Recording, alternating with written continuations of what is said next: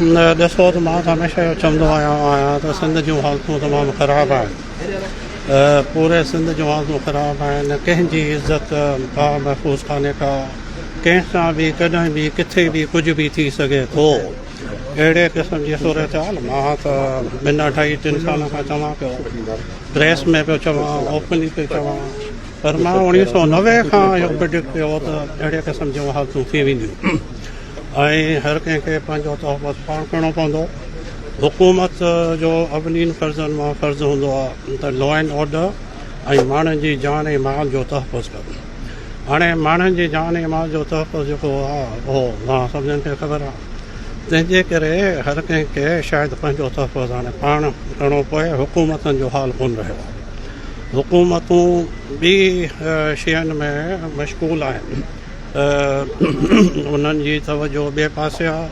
उनजी तवजो जेका अवलीन उनजी ड्यूटी आहे त लॉ एंड ऑर्डर ऐं अवाम जी जान जो ऐं माल जो तहफ़ुज़, उहा सूरत हाल जेको आहे बिल्कुलु ज़ीरो थी वई आहे।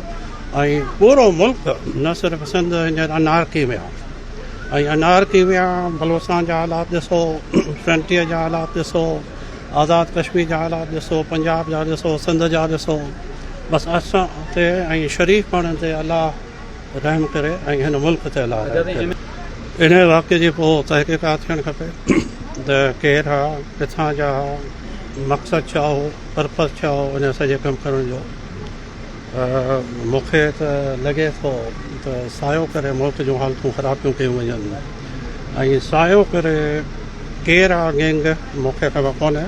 जॾहिं तहक़ीक़ात थींदी त मां उमेद थो कयां त इहा ॻाल्हि साम्हूं ईंदी, पर लॻे थो त सायो करे इहा कोशिशि आहे त चङनि जी इज़त वारनि जी इज़त ऐं पगड़ी खे उछारियो वञे। इहा कोशिशि कई पई वञे पूरे मुल्क में।